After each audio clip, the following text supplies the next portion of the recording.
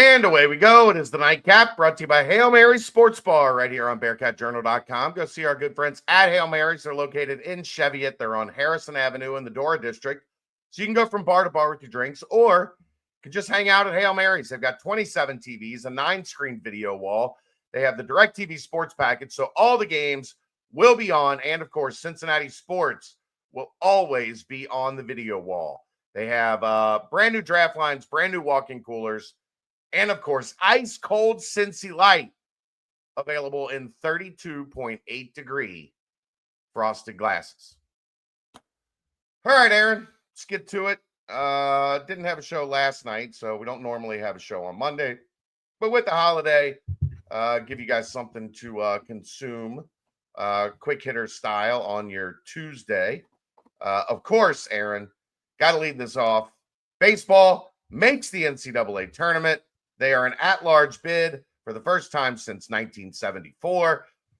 Friend of the network, Jordan Bischel, takes this team in 2 years and gets them into the NCAA tournament, playing an exciting, fun brand of baseball. They have the Big 12 Player of the Year. They go into the Knoxville Regional, where they will face Wake Forest Friday at 1 o'clock and have a chance to play their way into a super regional. And it is not going to be easy. Of course, nope. Tennessee is the defending national champion. Yep. That place is going to be a madhouse. If you play Tennessee, the tickets are insane on the secondary market to get in. Standing room only is almost $400 a ticket. With fees, they're over $400. Yeah. So if you can get down, get down. We talked a ton about it on the BBP tonight with Keegan Nicholson, who was at Fifth Third Arena today for the selection show. So for a more in-depth breakdown of everything, check that out. But it's awesome, Aaron. We love Coach Bischel. He has been awesome to us. He has been awesome for the baseball program here at UC. He's giving them an identity, a culture, and they have been a lot of fun to follow. And it's awesome to see the first team in the 2 years that Cincinnati has been in the Big 12 to make the NCAA tournament. Yeah, he's just kind of injected a life into this program that I don't want to say that Goggins didn't have. I mean, Goggins clearly did some things while he was here, but it's different. It feels different, and I think you had to be different going into the Big 12 because the competition is so much different than what you had previously in the American. But hat tip to Jordan Bischel. He's fun. We've had fun talking to him, getting to know him, getting to know his players. He's been obviously good enough to keep some of those guys around that could have either gone to bigger, better programs in college or gone off to whatever other endeavors they may have decided to go down and figure out. But in any case, this team's they've played with their back against the wall for the last couple of weeks, and you love to see it paying off. They've come out more often than not, it seems, on the right side of the fence for the good guys. So you got two losses and you're out. So we'll see what they can do in this divisional round against Knoxville. You got Tennessee, Wake Forest, and Miami University right there in Oxford. So you got a chance, and that's sometimes all you need. Don't lose to Miami. Whatever happens, don't get an at-large bid and lose to Miami. No pressure, Coach. No pressure at all. But yeah, we'll have continuing coverage throughout the week this week as they get ready, and then of course we are the foremost authority on UC baseball at Bearcat Journal. Not Aaron and I, but Tim Adams, Jeff Gentle, JP Sponseller on the Road to Omaha podcast, Keegan chipping in with help as well. So we will have you covered over on the Uke baseball board. And it's actually, Aaron, if you're a listener here and you have not experienced Bearcat Journal, everything on the youth baseball board is free. So the articles are free. All the message board is open and free. So go over there and check it out if you want to get a feel for what BCJ is all about. That being said, our guy, Ross Dellinger, with a news dump tonight, so, got us ready to go. So I'll put you in the driver's seat and let's go over his relay from the SEC meetings in Destin, where I think a lot of golf called him Emperor. No more golf. They got it's very business heavy right now. No more golf this year. Emperor Palpatine spoke on the state of college sports this weekend. I hate Greg Sankey. Let's start there before we get into this. I want to. I don't. Because look, his job is to run the SEC. He has not been tasked with doing what's best for college sports. He has not been hired to be the steward of college sports. He has been hired to do what's best for the SEC. I don't like the way that this is going, but I don't blame him. It's the fault of college athletics for allowing it to get to this and giving all the power to the guy that is in the position to do what's best for his entity and his entity only. Aaron, it's the fault of the NCAA for not having a commissioner. Yes. Right. Because then we'd hate the commissioner and not Greg Sankey. So we'd fine. Have somebody to hate. The same way that I hate Adam Silver. He was good for a couple of years and I hate him. The same way that I've never liked, I can't think of an NFL commissioner I've liked. Or baseball for that matter. We hate the man, right? That's right. They're a meat shield for people like me to spit vitriol at when having these types of conversations. So, in any case, I hate Greg Sankey. I get it. Like, I understand. Because he's ruining football. He's ruining football. But his job is to do what's best for the SEC. And it's ruining football. Sure. Because when one entity is acting in their best interest and those decisions are impacting other entities that he's not in charge of nor responsible for, if the Big 12 falls apart, Greg Sankey is not getting fired. That's the whole thing about this that is so fucked up. And the entire sport messed up by giving more power to the Big 12 and the SEC, especially in these types of conversations where they're trying to decide how the sport is going to emerge going forward. In any case, let's get to it. He spoke earlier today before SEC spring meetings began, said that they were not committed to any particular format in regards to the college football playoff.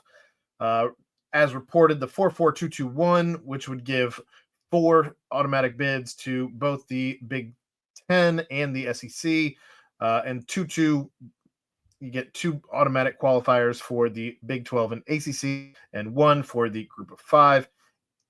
So that format, the 4-4-2-2-1, and the 5 automatic qualifiers, 1 for each conference championship plus 11 at large, are the 2 primary models. Greg Sankey saying that certain formats, the 4-4-2-2-1, could actually cost the SEC qualifying teams. Okay, dude, who cares? I hate the SEC. In a top 16 or 5 automatic qualifiers plus 11 at large format, the SEC could get 5 to 6 teams in. He went on to say that we'd like to see more authority and autonomy granted under the NCAA heading, and we'd like to come together for championships. We talked about an autonomy division under the NCAA and would be linked, but you'd have more authority on autonomy. He also said that the SEC has asked for more autonomy for the 4 conferences. I don't have the authority to just depart the NCAA. I've shared with the decision-making working group that I have people in my room asking, why are we still in the NCAA? They don't even want to be part of it anymore. Weird. Saying that the SEC is Sankey says the SEC would like to see 68% weighted voting for the power leagues, not the current 65%. This is important, as 68% would mean that legislation could pass if 3 of 4 power leagues vote in support. At 65%, all 4 Power 4 leagues would need to vote the same. Yeah. He also So fired basically, Barb. if the ACC disagrees with something and the other 3 are okay with it, they want to be able to just be like, sorry, tough shit. Yeah. Your vote doesn't count today. I know you're autonomous, but you're not that autonomous. He also fired a barb at the ACC and Big 12 for statements they released in the last week after the straight seating vote. I don't lecture others about good of the game. Coordinated press releases about good of the game. I'm looking for ideas. That's false. There was no coordinated press release. I'm looking for ideas to move us forward. He says it took a while for the other conferences to propose alternate models, as they did in a meeting last week. The Big 12 and ACC proposed a 4-4-3-3-1 format, and Sankey said, "I don't think it would be me at the podium if some of those ideas were adopted." This guy. Yeah, it's infuriating because we can all see what this is coming to a head. There's going to be the NCAA is not long for this world. One of the Big 12 ADs anonymously put it out there that they're going to war. They are going to war. Because you have to. As the Big Sky Conference Commissioner Tom Wister, that there are not enough vowels in this name. Wisterchill, I guess. He said, absolute power corrupts absolutely. There's going to be no checks and balances for them. There's going to be no limit to what the Power 2 can do if you give them any more. And I don't think it can be any more spot on. You've given them so much power at this point for as far as the Big Ten and the SEC that they're not only the biggest, they have the biggest seats at the table, we'll say, but they're now trying to actively push out even the next ACC and Big 12, the next guys up, to try and make sure that whatever they want to do, as long as they get support from just one more, they're good to go. It's a mess. And to your point, he's doing he's doing what he's supposed to for the SEC, but at what cost? It's like Thanos. What did it cost? Everything. It's going to cost everything because it's going to blow the system up. There's something at the end that I don't agree with. And this was from I think last month. He said there's a reason the professional leagues are at 30 and 32 franchises because you can fund those. They're not 70. We're at 360 in Division I. If that's happening now, just continues for years and years, you'll quickly see a diminishment of the number of sports offered. That's why there needs to be national standards, because the impacts are geopolitical. You know why those leagues are at 30 and 32, Aaron? Do tell. Because they can't grow anymore. There's not enough markets to support professional franchises. That is completely different in college sports because those are already established. Those 70 power conference fan bases already exist. They're not going anywhere. They also grow every year. Yeah. Literally. So it's not a matter of those leagues. You don't think if the NBA could sustain itself at 70 professional teams that it would, but there's not enough markets to support that, because what it would require is decades and decades and decades and decades of brand loyalty, of buying in and believing in your specific entity, which is what college sports has accomplished. And in his mind, they're going to take 40, as many as 40 established brands and kill them?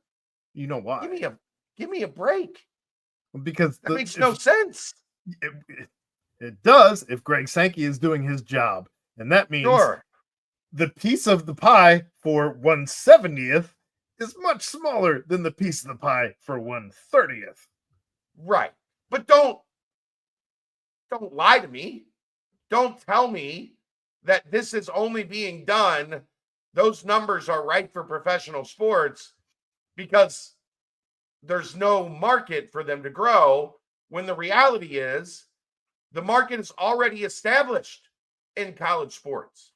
And if you make 40, let's just say whatever, 40 high major programs go away, you know what's never fucking going to happen, Aaron? Clemson fans are never going to root for South Carolina. No. Florida State fans are never going to root for Florida. No. And that's what would happen with almost all 40 of those programs that you eliminate, you wipe off the map in this grand plan that Greg Sankey's talking about, that we've all heard. And it's entirely possible that it happens, that the Big Ten and the SEC just break away and do their own thing. You know what also wouldn't happen? Fans would still not show up to UCLA and USC games, even if you only had 30 teams. Right. You'd still have Vanderbilt and Rutgers and wondering, how did they get here? Right. And you know what you would have then, Aaron? You would have the AFC and the NFC not being unified by a commissioner with two people acting in their best interest, trying to claw to the top to get all the money from the other one. That's going to fix it either. No. It's disheartening. This is all so stupid. Like, they are just... You're starting to lose fans is what you're doing. People are, if the transfer portal wasn't already losing them, now this power grab, we'll see. I don't like where we're headed. It's a great restructuring, and it's ugly. And I think that whichever going to war.